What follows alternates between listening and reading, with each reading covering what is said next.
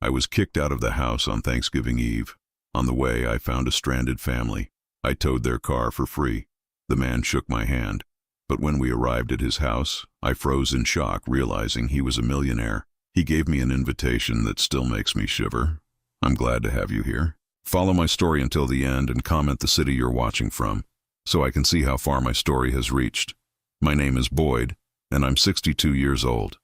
Yesterday was supposed to be Thanksgiving, but instead of carving turkey, I found myself packing my life into a single suitcase, while my son Derek stood in the doorway, arms crossed, watching me like I was some kind of criminal. "You need to understand, Dad," he said, his voice cold and measured. "Cheryl and I have been talking, and we both agree that this arrangement isn't working anymore." I stopped folding my old flannel shirt and looked up at him. This was my son, the boy I'd taught to ride a bike, helped with homework, cheered for at every baseball game.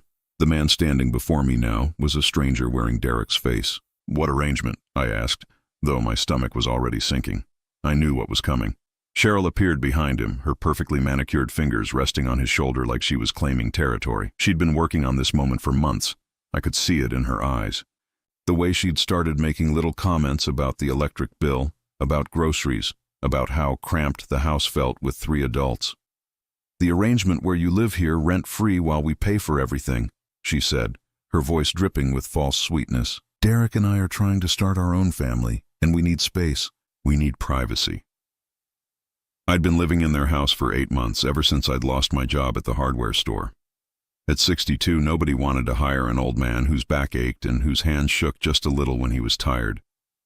I'd contributed what I could from my meager savings, helped with groceries, fixed everything that broke, shoveled snow, mowed the lawn. I thought I was pulling my weight. "I've been looking for work," I said quietly. "You know that." Derek's jaw tightened. "For 8 months, Dad. 8 months of excuses." "They're not excuses, son. The economy is tough for people my age."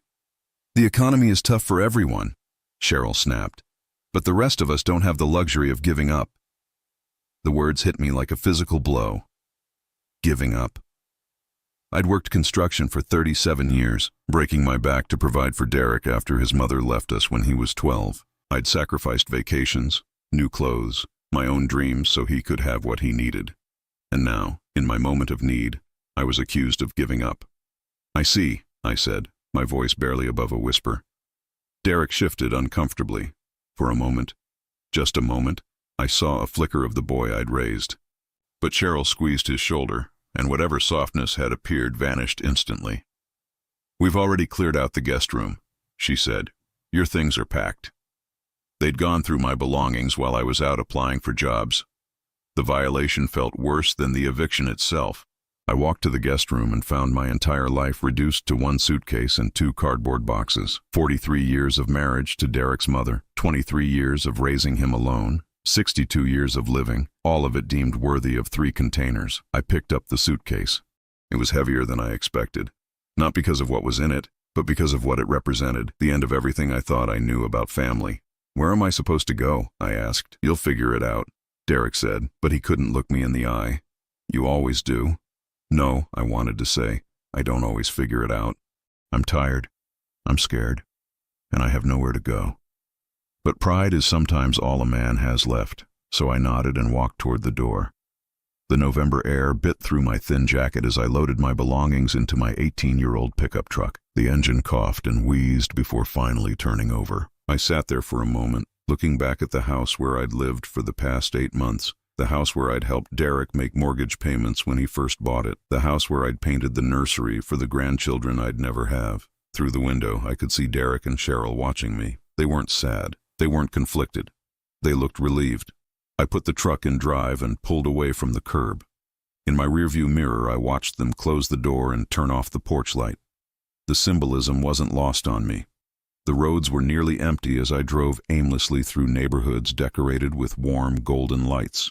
Families were gathered around dining tables, sharing stories and laughter, grateful for what they had. I'd always imagined Derek and I would have many more Thanksgivings together. I'd pictured grandchildren eventually, teaching them the same things I'd taught him, passing down family traditions. Instead, I was driving through the cold November night with everything I owned in the back of a truck that might not make it through winter. I stopped at a 24-hour diner on the outskirts of town and ordered coffee I couldn't really afford. The waitress, a woman about my age with tired eyes and a kind smile, didn't ask why I was sitting alone on Thanksgiving night. She just kept my cup full and left me to my thoughts. My phone sat silent on the table. No calls, no texts. Derek had my number, but I knew it wouldn't ring. As I sat there, staring into my coffee, I tried to understand where I'd gone wrong. Had I been too much of a burden? Had I failed to see signs that I was unwelcome? Or had Derek simply become someone I no longer recognized, shaped by a woman who saw me as an obstacle to her perfect life? The truth was, it didn't matter anymore. What mattered was what came next, and for the first time in my adult life, I had absolutely no idea what that would be. The diner's warmth couldn't touch the cold that had settled in my chest. I was alone in a way I'd never been before, even after Derek's mother left. Then I'd had purpose, raising my son, providing for him, showing him what it meant to be a good man. Now, it seemed, all of that had been for nothing. I paid for my coffee and walked back to the truck. The engine turned over on the third try, and I pulled back onto the empty highway, driving nowhere and everywhere at once, carrying the weight of a lifetime of love that apparently hadn't been enough. I'd been driving for 3 hours when I saw them. The snow had started falling around midnight, and by 2 in the morning it was coming down hard enough to make the roads treacherous. I was somewhere outside Columbus, Ohio, my truck's heater barely keeping the frost off the windshield, when the headlights caught them. A family stood beside a burgundy sedan on the shoulder of Highway 23. Steam rose from under the hood, and even from a distance I could see the desperation in their postures. The man was trying to wave down passing cars, but vehicle after vehicle swept past without slowing down. Behind him, a woman sat in the driver's seat, with what looked like 2 small children in the back. Every instinct told me to keep driving. I had my own problems. I was homeless, nearly broke, and driving a truck that might die at any moment. The last thing I needed was to get involved with strangers, but I couldn't do it. Maybe it was the way the man's shoulders sagged when another car passed him by. Maybe it was the thought of those children sitting in a cold car in the middle of nowhere. Or maybe it was because I knew what it felt like to be abandoned, to have people look right through you when you needed help most. I pulled over, my truck's hazard lights joining theirs and painting the snowy darkness with urgent flashes of orange. The man approached carefully as I got out. He was younger than Derek, maybe early 30s, with dark hair and eyes that showed both relief and wariness. Smart man. You never know who's going to stop on a dark highway. "Thank you for stopping," he said, his breath forming clouds in the freezing air. "I'm Marcus. That's my wife Elena, and our daughters in the car." "Boyd," I replied, offering my hand. His grip was firm, calloused, a working man's hands. "What's the problem?" "Radiator, I think. Started overheating about 10 miles back, and now she won't start at all." He gestured helplessly at the sedan. "I've got roadside assistance, but they're saying it could be 4 hours before anyone can get here. Maybe longer with the weather." I walked over to look under the hood. The engine was still ticking from the heat, and I could smell the sweet scent of coolant. A blown hose, most likely.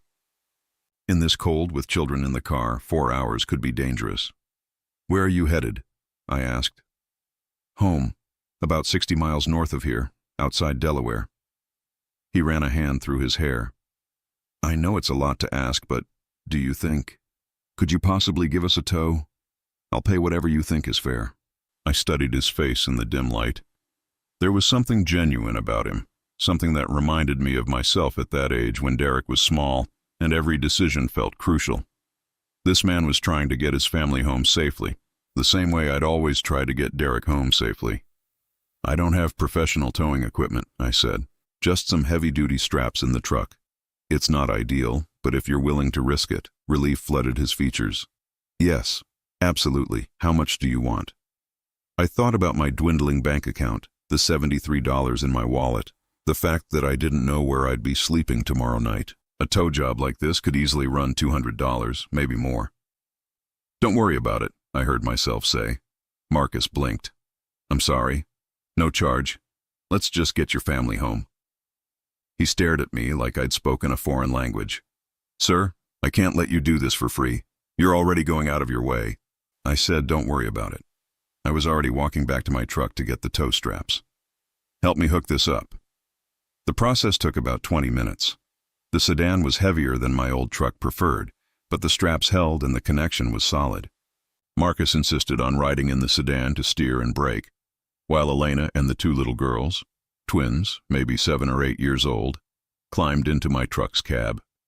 Elena was visibly pregnant, probably 6 or 7 months along, and she moved carefully as she settled the girls between us. They were beautiful children with their father's dark eyes and their mother's gentle demeanor. Despite the circumstances, they weren't crying or complaining. Well-raised kids. "I'm Elena," she said as I eased the truck back onto the highway. "These are Sophia and Isabella. Girls, can you say thank you to Mr. Boyd?" I supplied. "And there's no need for thanks." "Yes, there is," Elena said firmly. "You have no idea what this means to us." I focused on the road, keeping our speed steady and safe. The weight of the sedan behind us made every turn and hill a careful negotiation, especially with the snow getting heavier. But the truck was handling it better than I'd expected. "Are you from around here?" Elena asked. "Originally from Michigan," I said, "but I've been living in different places for a while now." It wasn't entirely a lie. 24 hours ago, I'd been living with Derek. Now I was living in my truck. "What about you? You mentioned Delaware?" "We have a small place outside town. Marcus grew up there, and we moved back about 5 years ago when his business started doing well." She paused, then added, "He's in real estate development, commercial properties mostly." I nodded, concentrating on a particularly slippery stretch of road. Sophia, the little girl pressed against my right side, had fallen asleep despite the truck's rough idle. Isabella was fighting to stay awake, her head bobbing every few seconds. "This is very kind of you," Elena continued, "especially on Thanksgiving night. Don't you have family waiting for you?" The question hit me like a punch to the gut. I kept my eyes on the road and my voice steady. "Not tonight." She must have heard something in my tone because she didn't push. We drove in comfortable silence for a while. The only sounds, the truck's engine, the whisper of snow against the windshield, and the soft breathing of the 2 little girls. About 40 minutes into the drive, Isabella stirred and looked up at me with sleepy eyes. "Are you a grandpa?" she asked in that direct way only children can manage. "Isabella," Elena said quietly, "that's not polite to ask." "It's okay," I said, though my chest tightened. "No, sweetheart, I'm not a grandpa." "Would you like to be?" Isabella asked. The innocence of the question nearly broke me. Here was a child I'd known for less than an hour, asking me something I'd dreamed about for years but was beginning to think would never happen. "Maybe someday," I managed. Isabella nodded seriously and settled back against my arm. Within minutes, she was asleep too. Elena watched the exchange with thoughtful eyes. "You're good with children," she observed. "I raised my son by myself for most of his childhood," I said. "You learn." That must have been difficult. It was worth it. The lie came easily, though it left a bitter taste in my mouth. The GPS on Marcus's phone, which Elena was holding, indicated we were getting close. I could see the faint glow of town lights through the snow, and my heart sank a little. This strange, peaceful interlude was almost over. Soon I'd be alone again, back on the highway with nowhere to go. But as we turned off the main road and followed a winding path through what looked like countryside, I began to realize that Marcus and Elena's small place might not be quite what I'd imagined. The headlights swept across manicured lawns, a wrought iron gate, and a driveway that seemed to stretch forever into the darkness. Whatever Marcus did in real estate development, it was clearly very successful. And that's when I knew that this night was about to become even more complicated than I'd imagined. The house that emerged from the darkness as we followed the winding driveway wasn't a house at all. It was a mansion. 3 stories of stone and timber rose before us, with warm light spilling from dozens of windows. Even in the snow, I could see the careful landscaping, the circular fountain now covered for winter, the multi-car garage that probably cost more than most people's homes. I sat in stunned silence as Marcus guided us to a stop near the front entrance. This wasn't just successful. This was wealth on a level I'd never encountered before. Elena seemed to notice my shock and gave me a gentle smile. "I know it looks like a lot," she said quietly, careful not to wake the girls. "Marcus worked very hard to get here." The front door opened before we'd even gotten out of the truck, and a woman in her 50s hurried out despite the snow. She had graying hair and kind eyes, wearing a thick robe over what looked like pajamas. "Thank goodness you're safe," she called out, rushing to embrace Elena as she carefully climbed down from the truck. "When Marcus called and said you were stranded, I was so worried." "We're fine, Maria," Elena assured her. "This is Boyd. He towed us home." Maria turned to me with tears in her eyes. "Bless you," she said simply. "Bless you for helping them." Marcus was unhooking the toe straps and I moved to help him, grateful for something to do with my hands. The magnitude of what I was seeing, the house, the grounds, the obvious wealth, was making me feel increasingly out of place. "Boyd," Marcus said as we finished with the straps, "I can't thank you enough. Please come inside. It's freezing out here. I should get going," I said, though the thought of climbing back into that cold truck made my bones ache. "You've got your family to worry about." "Absolutely not," Elena said firmly, having overheard. "It's nearly 4 in the morning. You've been driving in a snowstorm and you just saved us. The least we can do is offer you coffee and a warm place to sit for a few minutes." I wanted to refuse. Everything about this situation screamed that I didn't belong here. But the twins were stirring, looking around with sleepy confusion, and Isabella spotted me and smiled. "Boyd," she said, suddenly wide awake. "Are you coming inside?" And just like that, my resistance crumbled. The interior of the house was even more impressive than the exterior. Hardwood floors gleamed under crystal chandeliers, and a sweeping staircase curved up to the second floor. Original artwork hung on the walls, and Persian rugs that probably cost more than my truck covered the polished floors. Maria, who I learned was Marcus and Elena's live-in housekeeper and nanny, bustled about making hot chocolate for the girls and coffee for the adults. The twins had fully awakened and were chattering excitedly about their adventure, treating me like some kind of hero for giving them a truck ride. "Girls, go with Maria and get ready for bed," Elena said gently. "It's way past bedtime." "But we want to stay with Boyd," Sophia protested. "Boyd will still be here in the morning," Marcus said, then looked at me questioningly. "Won't you? I hope you'll stay the night. It's too late and too cold to be driving anymore tonight." I opened my mouth to decline, but the words stuck in my throat. Where would I go? Back to that 24-hour diner? Sleep in my truck in some parking lot? The truth was, I had nowhere else to be. "If it's not too much trouble," I said quietly. "No trouble at all," Elena said warmly. "We have plenty of room." As Maria led the girls upstairs, Marcus gestured for me to follow him into what appeared to be a study. Floor-to-ceiling bookshelves lined the walls, and a fire crackled in a massive stone fireplace. He poured 2 glasses of what looked like expensive whiskey and handed me one. "To good Samaritans," he said, raising his glass. We drank in silence for a moment, and I felt the whiskey warm my chest. Finally, Marcus spoke. "Can I ask you something, Boyd?" I nodded. "Why did you stop? And why wouldn't you let me pay you?" I stared into the fire, considering my answer. "Because I know what it's like to be stranded," I said finally. "To need help and have people drive right past you." Marcus studied my face. "That sounds like experience talking." 24 hours ago, my son kicked me out of his house," I heard myself say. The whiskey had loosened my tongue, but more than that, there was something about Marcus that invited honesty. Told me I was a burden. Gave me an hour to pack my things and get out. Marcus's expression darkened. "Your own son?" "His wife's been working on him for months. I lost my job back in March. Couldn't find anything else. They let me stay for a while, but..." I shrugged.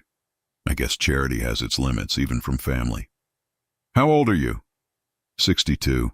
Marcus was quiet for a long moment. Then he did something that surprised me. He walked over to a desk in the corner and picked up a framed photograph. He studied it for several seconds before bringing it over to me. The photo showed a man who looked remarkably like Marcus, but older. He was standing beside a young boy, clearly Marcus as a child, in front of what appeared to be a construction site. "That's my father," Marcus said quietly. His name was David. I looked more closely at the photo. The resemblance between Marcus and his father was striking, but there was something familiar about the older man that I couldn't place. "He died 10 years ago," Marcus continued. "Lung cancer. He was a construction worker his whole life, just like you were. Worked himself to the bone to provide for our family. I'm sorry for your loss." Marcus sat down across from me, still holding the photo. "The thing is, Boyd, I never got to tell him I forgave him." "Forgave him for what?" Marcus's jaw tightened. "When I was 16, we had a huge fight. I was angry, rebellious, thought I knew everything. I told him I hated him, that I wished he wasn't my father. He slapped me, the only time he ever laid a hand on me, and I ran out of the house." He paused, his fingers tracing the edge of the photo frame.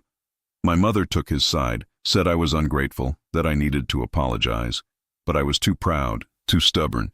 I moved in with friends, got a job, put myself through college. I spent years proving that I didn't need him. that I could make it on my own. But you did, I said. Look at all this. Yeah, I did. And you know what the worst part is? He was proud of me.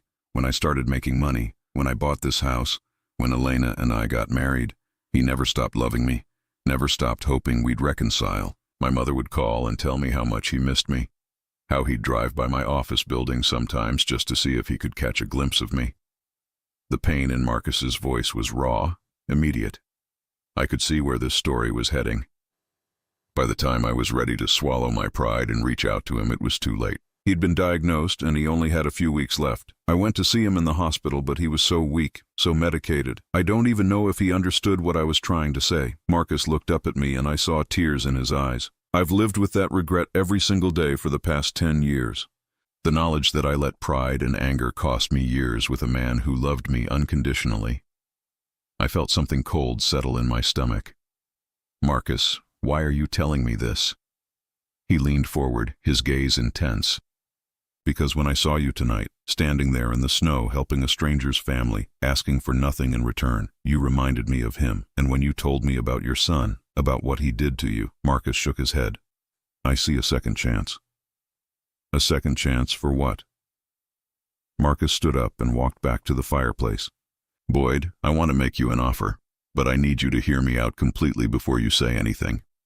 My heart was pounding now. What kind of offer? I want you to stay, not just tonight, I mean permanently. Live here, be part of our family. Marcus turned to face me. Elena and I have been trying to give the girls the kind of childhood I never had, stable, loving, with extended family around. But both our parents are gone, and we don't have any siblings. The girls have never had a grandfather figure in their lives. I stared at him. Marcus, you don't even know me. I know enough. I know you risked your own safety to help strangers in a snowstorm.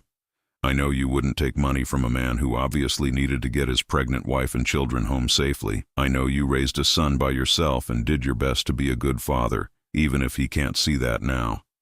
The room was spinning a little, and I wasn't sure if it was the whiskey or the magnitude of what Marcus was suggesting. You're talking about charity, I said. I won't be anyone's charity case. This isn't charity, Boyd. This is family. Something I never had with my own father. Something you're not getting from your own son. Elena and I have more money than we know what to do with. But we can't buy the things that matter most. Wisdom, experience, the kind of love only a grandfather can give. I stood up abruptly, the whiskey glass shaking in my hand.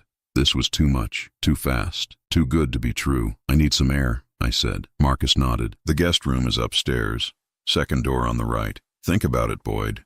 Think about what it would mean for all of us. As I climbed those elegant stairs to a guest room that was larger and more luxurious than any place I'd ever lived, I couldn't shake the feeling that my entire life had just taken a turn I never could have imagined. I didn't sleep that night. I lay in a bed that was bigger than my entire studio apartment back when I had an apartment, staring at the ceiling and trying to make sense of what Marcus had offered me. The guest room was decorated with the kind of understated elegance that spoke of real wealth. Not flashy or gaudy, but everything carefully chosen and beautifully crafted. Through the window, I could see the ground stretching away into the darkness, snow still falling steadily. Somewhere in this house, a family slept peacefully, and I was the stranger who had somehow stumbled into their world. A soft knock on the door interrupted my thoughts. "Come in," I said, expecting Marcus. Instead, Elena entered, carrying a steaming mug. She was wearing a thick robe over pajamas, her pregnant belly visible beneath the fabric. She moved carefully, the way women do in their final trimester. "I brought you some tea," she said, setting the mug on the nightstand. "Chamomile. It helps with sleep." "Thank you." I sat up in bed, pulling the covers around my waist. "You didn't need to do that." Elena settled into the chair beside the bed with a slight grunt. "Marcus told me about your conversation," she said without preamble, "about his offer." I felt my cheeks flush. "I'm sorry if he spoke out of turn. I know this is your home, your family. You should have a say in any decisions." "You're right, I should." Elena smiled, and there was something mysterious in her expression, "which is why I'm here." She was quiet for a moment, her hands resting on her belly. I could see her gathering her thoughts. "Boyd, can I tell you something about my husband? Something he probably didn't mention because he's too humble." I nodded. 5 years ago, when we moved back here, Marcus wasn't just successful, he was empty. Oh, he had all the trappings of success. The business was thriving. We had this house, plenty of money. But he was haunted by his relationship with his father. He threw himself into work, trying to prove something to a man who was already gone. Elena shifted in her chair, wincing slightly. The girls and I barely saw him. He'd leave before they woke up and come home after they were asleep. He was physically present but emotionally absent, and I was terrified we were going to lose him to his regrets. What changed? 2 years ago, we were at Sophia and Isabella's school for a Grandfather's Day event. All the other children had grandfathers there, reading with them, playing games, just being present. Our girls sat by themselves, and I watched Marcus's face crumble. That night he cried for the first time since I'd known him. Elena reached for the tea mug and held it between her hands, as if drawing warmth from it. He told me that night that he finally understood what he'd lost. Not just his father, but the chance to be the kind of father his own dad had tried to be. He said he wanted to break the cycle, to make sure our children never felt the abandonment he'd carried for so long. It sounds like he's been a good father since then. He has. But Boyd, you have to understand, Marcus sees patterns everywhere. It's what makes him successful in business. And when he met you tonight, when he heard your story, he saw an opportunity to heal something that's been broken in both your lives. I took a sip of the tea. It was perfect. Not too hot. Sweetened just right. Elena, I appreciate what you're saying, but this is happening too fast. You don't know anything about me. I could be dangerous, unreliable, any number of things. Elena laughed, a warm sound that filled the room. Do you think we're naive, Boyd? Do you think Marcus built this life by being careless about people? I don't understand. While you and Marcus were talking, I made some phone calls. I called the hardware store where you worked, spoke to your former supervisor, Tom Patterson, I believe. My heart stopped. You investigated me. I did my due diligence. Tom told me you were the most reliable employee he'd had in 20 years. Said you never missed a day, always stayed late if a customer needed help, and that letting you go was the hardest decision he'd ever made as a manager. Elena leaned forward slightly. He also told me about the time you spent your own money to help an elderly customer fix her porch railing because she couldn't afford the materials, and about how you mentored the younger employees, teaching them skills that went far beyond what was required. I felt exposed, vulnerable. Those were just small things. Small things that reveal character, Elena said firmly. I also called your landlord from the apartment you had before you moved in with your son. Mrs. Chen, wasn't it? She said you were the best tenant she'd ever had, always paid rent early, helped other tenants with repairs, shoveled snow for the elderly residents. The room felt too warm suddenly. Why are you telling me this? Because I want you to understand that this isn't a spontaneous decision based on one act of kindness. Marcus and I talked for 2 hours after you went to bed. We've been looking for someone like you without even realizing it. Elena stood up carefully, one hand supporting her back. Boyd, we're about to have our 3rd child. Sophia and Isabella are at an age where they need stability, guidance, the kind of wisdom that only comes from life experience. And Marcus. She paused. Marcus needs to give the kind of love he never got to give his father.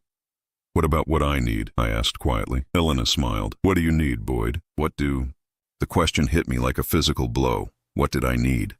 For months, I'd been focused on what I'd lost. My job, my independence, my son's respect. I'd been thinking in terms of survival, of just getting by. But what did I actually need?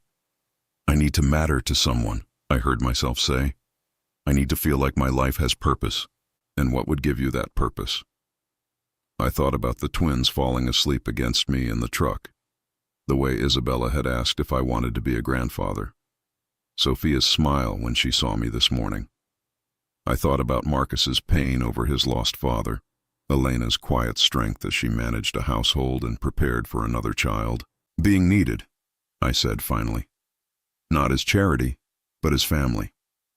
Elena moved to the window and looked out at the snowy grounds. Marcus has a trust fund set up for each of the girls, for college, for their futures. But money can't give them what you could give them. Stories about what it was like to grow up in a different era, lessons about hard work and perseverance, the kind of unconditional love that only a grandfather can provide. She turned back to me. Boyd, we're not offering you charity. We're offering you a chance to be the grandfather our children deserve and the father figure Marcus needs to heal his own wounds. And what's in it for you? Elena's smile was radiant. Peace of mind, knowing that when this baby comes, I'll have help from someone who's raised a child, knowing that Marcus won't carry his regrets alone anymore, knowing that our children will grow up understanding what family really means. A comfortable silence settled between us. Outside, the snow had stopped, and the first hints of dawn were beginning to lighten the sky. "There's something else," Elena said softly. "Something Marcus didn't tell you because he didn't want to influence your decision." "What's that?" "His business partner is looking for someone to oversee property maintenance for their commercial properties. It's not glamorous work. Basic repairs, tenant relations, that sort of thing. But it's steady employment with good benefits, and it would give you financial independence." My throat tightened. Why would he do that? Because family takes care of family. And because a man needs to feel useful, needs to contribute. Marcus understands that. Elena moved toward the door, then paused. "Boyd, I want you to know that if you decide this isn't right for you, we'll understand completely. Marcus will help you find a place to live, help you get back on your feet. No strings attached, no guilt. But if you stay..." She trailed off, and I saw tears in her eyes. "If I stay? If you stay, you'll be giving our family something we didn't even know we were missing. And maybe, just maybe, you'll find that the love you thought you'd lost was just waiting for you somewhere else." After Elena left, I sat in that chair by the window and watched the sun come up over the grounds. In a few hours, the twins would wake up and come looking for me, expecting me to be there. Marcus would make breakfast and talk about ordinary things, the weather, plans for the day, what the girls wanted for Christmas. For the first time in months, I could picture a future that didn't involve sleeping in my truck or taking odd jobs just to survive. I could see myself helping Sophia with homework, teaching Isabella how to change a tire, holding Elena's new baby while she rested. But more than that, I could see myself mattering again, being part of something bigger than my own loneliness and regret. The decision, I realized, had already been made. It had been made the moment I saw that family stranded by the side of the road and couldn't bring myself to drive past them. Now I just had to find the courage to accept what they were offering me, not just shelter and purpose, but something I'd thought was lost forever. The chance to be part of a family that actually wanted me. I'd been living with Marcus and Elena's family for 6 weeks when Derek found me. 6 weeks of morning coffee with Marcus, of helping Sophia with her math homework, of teaching Isabella how to braid rope for her Girl Scout project. 6 weeks of feeling useful again, of waking up each morning with purpose instead of dread. The job Marcus had mentioned turned out to be real and exactly what I needed. I was managing maintenance for 3 office buildings and a small shopping center, work that kept me busy but wasn't beyond my capabilities. The pay was fair, and more importantly, it gave me the dignity of contributing to my own support. I'd been replacing a broken light fixture in the lobby of the Riverside office complex when my phone rang. The number wasn't one I recognized, but something made me answer it anyway. "Dad?" My heart stopped. Derek's voice, uncertain and small in a way I hadn't heard since he was a child. "Derek." I set down my tools and stepped outside, not wanting the building tenants to overhear. "How did you get this number?" "It took some doing. I had to call around, track down some of your old friends. Tom Patterson at the hardware store finally gave it to me." I was quiet, waiting. "Dad, we need to talk." "We had our talk 6 weeks ago," I said evenly. "I believe you made your position clear." "Please." There was desperation in his voice now. "Can I come see you? I know you're living somewhere outside Delaware. I can drive up this weekend." Every instinct told me to hang up, but this was still my son, the boy I'd raised, and despite everything, I couldn't quite silence the hope that maybe, somehow, he'd realized his mistake. "Why now, Derek?" A long pause. "Because I miss you," he said quietly. "Because Cheryl and I have been talking, and we think maybe we were too hasty. Too harsh." I closed my eyes. "What's happened?" "Nothing's happened. We want to make things right." It was a lie. I could hear it in his voice, the same tone he'd used as a teenager when he was trying to talk his way out of trouble. But I found myself saying, "I'll text you the address. Come Sunday afternoon." I spent the rest of the week dreading his visit. Marcus and Elena could sense my anxiety, though I'd only given them the basic details about Derek's call. The twins, however, were excited about meeting my son. "Is he nice like you, Grandpa Boyd?" Sophia asked over breakfast Saturday morning. Somewhere in the past few weeks, both girls had started calling me Grandpa, and I'd stopped correcting them. "He's complicated, sweetheart. I said, which was the kindest way I could put it. Sunday arrived gray and cold. I'd been pacing the living room for an hour when Derek's car pulled into the driveway. Through the window, I watched him get out and look up at the house with undisguised amazement. Cheryl emerged from the passenger side, her expression calculating as she took in the grounds, the 3-car garage, the obvious wealth. So she'd come too. That told me everything I needed to know about why they were really here. Marcus answered the door when they rang, and I heard the introductions from the next room. Derek's voice was overly friendly, the way it got when he was trying to impress someone. Cheryl's laugh was bright and artificial. Dad. Derek entered the living room with his arms outstretched, as if we were resuming a conversation from yesterday, rather than addressing 6 weeks of silence and a lifetime of disappointment.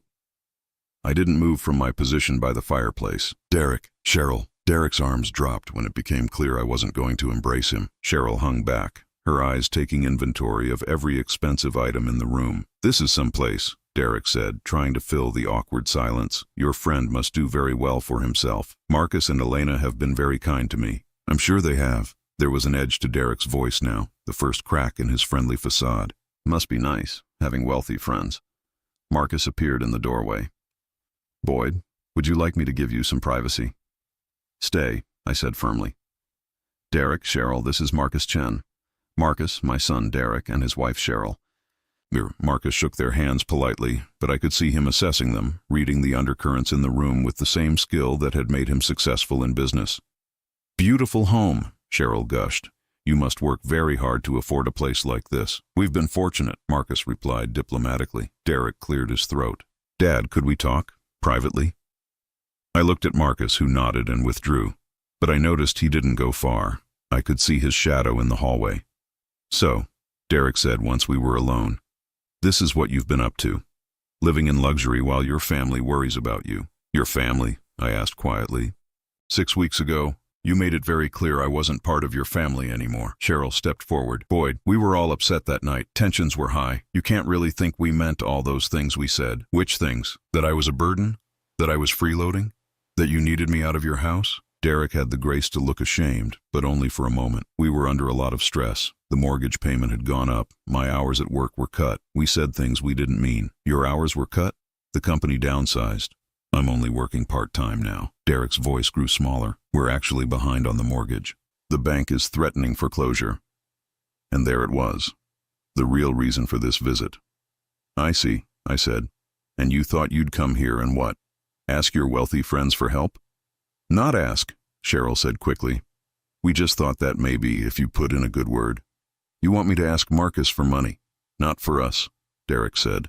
For you. I mean, you're living here. You must have some influence. Surely he'd want to help his friend's family. I stared at my son, this man I'd raised to be better than this. Derek, do you hear yourself? I hear a son trying to save his family's home. Derek shot back. I hear someone willing to swallow his pride for the people he loves. The people you love? I felt anger building in my chest, hot and righteous. The people you love don't get kicked out in the middle of the night. The people you love don't get told they're worthless burdens. We made a mistake, okay? Derek's voice rose. We're here to fix it. We want you to come home. This is my home now. Cheryl laughed, a sharp, bitter sound. This isn't your home, Boyd. You're a charity case, a pet project. Do you really think these people see you as family? Before I could respond, Sophia's voice rang out from the stairway. Grandpa Boyd, is everything okay? Derek and Cheryl turned toward the sound, and I saw Derek's face go white as he took in the implications of what the child had called me. Sophia appeared in the doorway, her hair in pigtails, wearing the new dress Elena had bought her for church. Isabella was right behind her, carrying a drawing she'd been working on. We made you a picture, Isabella announced, holding up her artwork. It showed stick figures standing in front of a house. Marcus, Elena, the twins, and in the center, a gray-haired figure labeled Grandpa Boyd. The silence in the room was deafening. Girls, I said gently, these are Derek and Cheryl. Could you give us a few more minutes? Sophia studied Derek with the frank assessment only children can manage. You don't look like Grandpa Boyd, she said finally. I'm his son, Derek said stiffly. Oh, Sophia brightened. Then you're our cousin. Isabella bounced on her toes. Are you going to live here too? We have lots of rooms. I saw Derek's jaw tighten. No, we're not going to live here. We have our own home. For now, Cheryl muttered under her breath. Elena appeared, drawn by the voices. "Girls, why don't you show Isabella's picture to Daddy? He's in his office." After the children left, Elena looked between Derek, Cheryl, and me. The tension in the room was thick enough to cut. "I should let you continue your conversation," she said diplomatically. "Actually," I said, "I think we're finished here." Derek's face flushed red. "Dad, you can't be serious. You're going to choose these strangers over your own flesh and blood?" "These strangers," I said quietly, "never made me sleep in my truck. These strangers never told me I was worthless. These strangers see me as family, not as a burden to be disposed of when I became inconvenient. We said we were sorry." "No, Derek. You said you made a mistake. That's not the same thing as being sorry." Cheryl stepped closer, her mask finally slipping completely. "Fine. You want to play house with these rich people? Go ahead. But don't come crawling back to us when they get tired of their charity project." "I won't," I said simply. Derek stared at me for a long moment, and I saw something die in his eyes. The last vestige of the relationship we'd once had. "You know what, Dad? Maybe we were right the first time.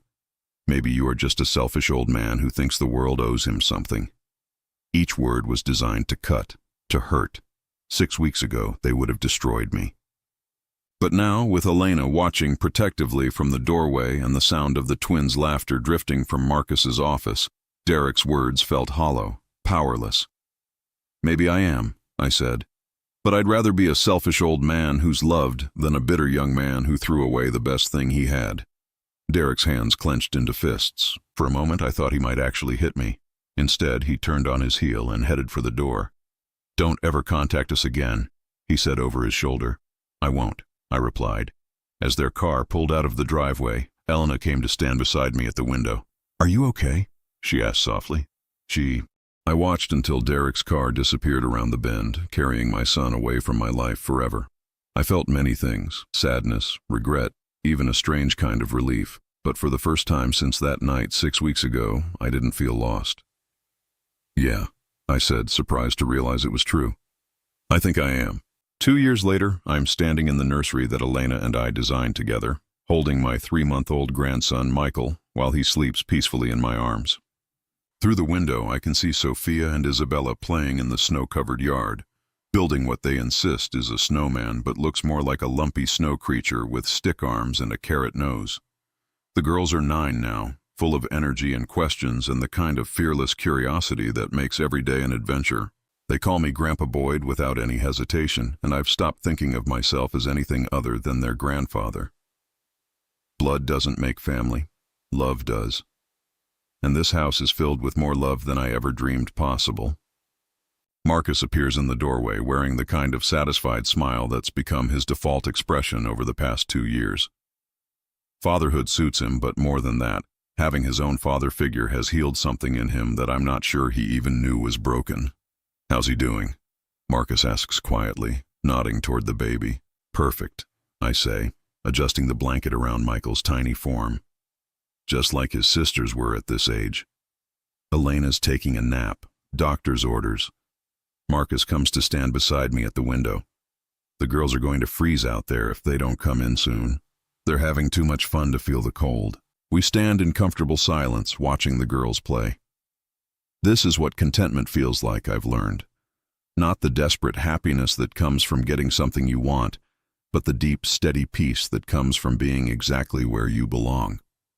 "Boyd," Marcus says suddenly, "I need to tell you something." Something in his tone makes me look at him more closely. He's nervous about something, but not unhappy. If anything, he looks excited. "What is it?" "Elena and I have been talking, and we want to make some things official, legal." Marcus turns to face me fully. "We want to adopt you." I blink. "I'm sorry?" "Adult adoption. It's a real thing, perfectly legal. You'd be our legal father. We'd be your legal children. The girls would officially be your granddaughters. Michael your grandson." The baby shifts in my arms, making a small sound of contentment, and I look down at him while I process what Marcus has just said. "Why?" I ask finally. "Because family should be official." Elena's voice comes from the doorway. She's wearing a robe, her hair messed from sleep, but she's smiling. "Because we want there to be no question about where you belong. But more than that," Marcus adds, "we want you to be our heir." Elena and I have been working with lawyers to restructure our wills. When we're gone, everything goes to you first, then to the children.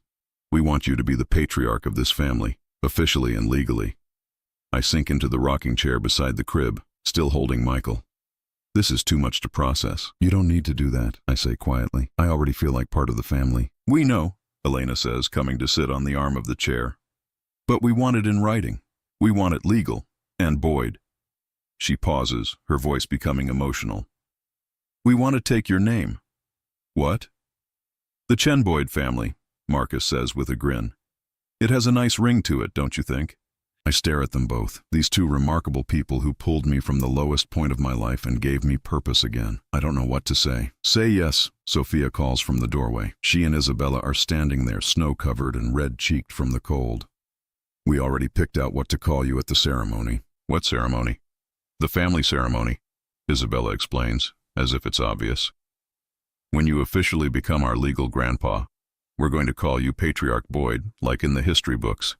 I laugh, the sound mixing tears and joy in equal measure. Patriarch Boyd, it's very distinguished, Sophia says solemnly. Elena reaches over and takes Michael from my arms, settling him against her shoulder. The girls have been in on this for months. They helped us plan everything. You've been planning for months? Ever since Derek's visit, Marcus admits. That day, watching how you handled him, seeing how you chose us over blood family. Elena and I knew we wanted to make this permanent. We wanted to make sure you could never doubt your place here. I think about Derek sometimes, wonder how he's doing, whether he and Cheryl managed to save their house. I found out through mutual acquaintances that they didn't. They lost the house 6 months after that confrontation. Part of me felt sad about that, but it was the same distant sadness I might feel hearing about the troubles of a stranger. Derek made his choice when he threw me away, and I made mine when I chose to stay. There's something else, Elena says, her eyes twinkling with mischief. Something the lawyer suggested that we thought you might like. What now? Marcus pulls out a legal document and hands it to me. I read the header twice before it sinks in. A name change? I look up at them. You want to change your last name to Boyd? All of us, Elena confirms. Marcus Boyd, Elena Boyd, Sophia and Isabella Boyd, Michael Boyd. One family, one name. I feel tears starting and I don't try to stop them. Your name is Chen. Your family legacy. My family legacy is whatever I choose to make it, Marcus says firmly. And I choose to make it about the man who taught me what it really means to be a father. Sophia bounces on her toes. Can we tell him about the other surprise? What other surprise? I ask, though I'm not sure I can handle any more emotions today. Isabella runs to the window and points outside. Look, I stand and peer out the window. There, parked in the driveway next to Marcus's BMW and Elena's SUV, is a brand new pickup truck. It's silver, gleaming in the afternoon sun, with a red ribbon tied around the front bumper. Happy Gotcha Day, Grandpa Boyd! Both girls shout in unison. Gotcha Day? The day we got you, Sophia explains. 2 years ago tomorrow, when you helped us on the highway and came home with us. Elena laughs. We figured you needed a proper truck for all the projects you keep taking on around here. It's true. In the past 2 years, I've built the girls a treehouse, renovated the garden shed, constructed raised beds for Elena's vegetable garden, and helped Marcus design a workshop in the garage. Having purpose, having projects, having people who depend on me, it's given me energy I didn't know I still had. The keys are in the kitchen, Marcus says. Want to take her for a test drive? Can we come? Isabella asks. Absolutely, I say, then pause. But first I need to say something to all of you. The room goes quiet, even baby Michael seeming to sense the solemnity of the moment. 2 years ago, I thought my life was over. I thought I'd failed as a father, that I was useless, that I'd never matter to anyone again.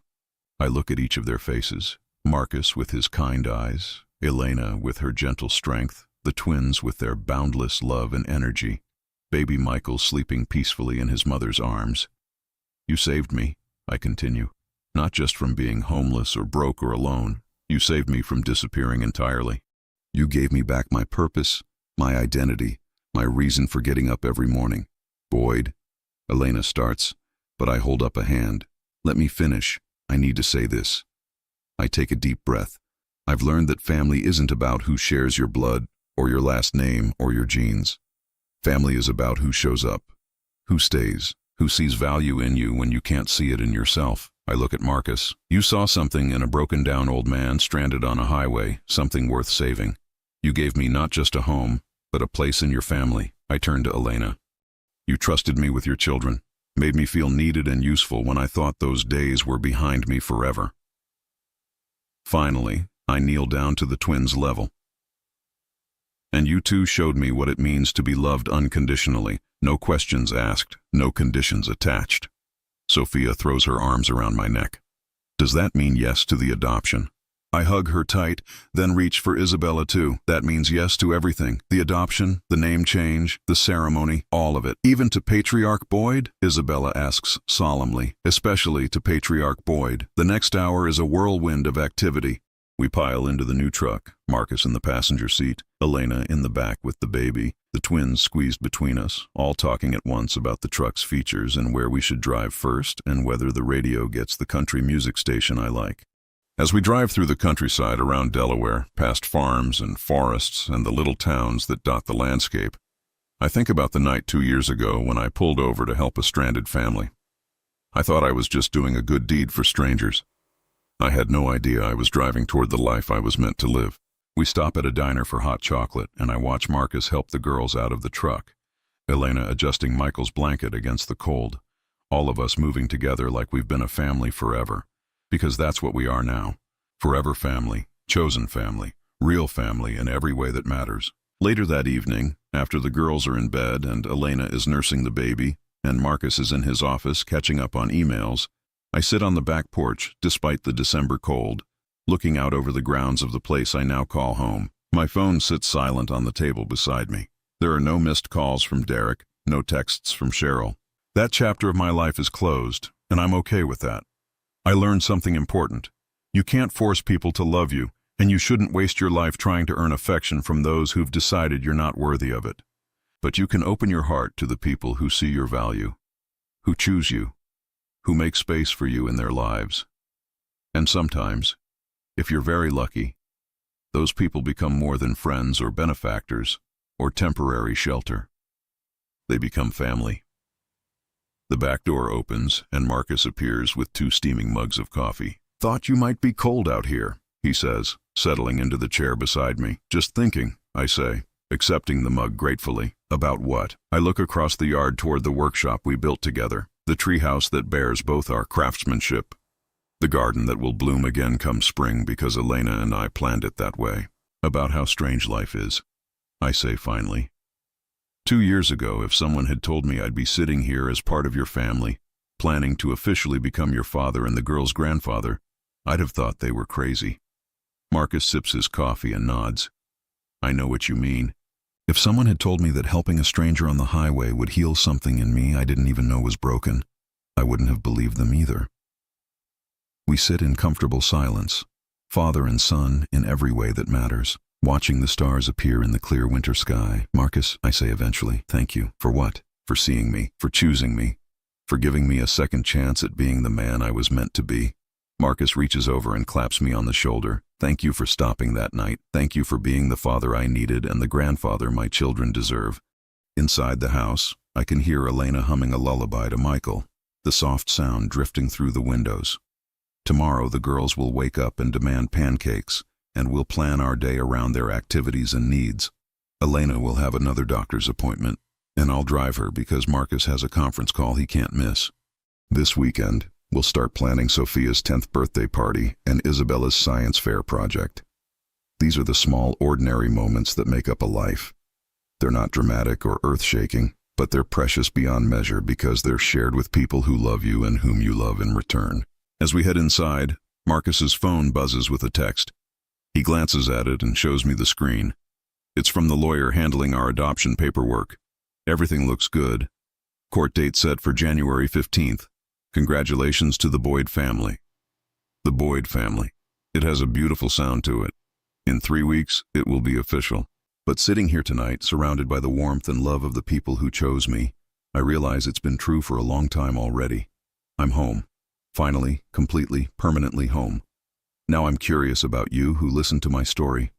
What would you do if you were in my place? Have you ever been through something similar? Comment below, and meanwhile, I'm leaving on the final screen 2 other stories that are channel favorites, and they will definitely surprise you. Thank you for watching until here.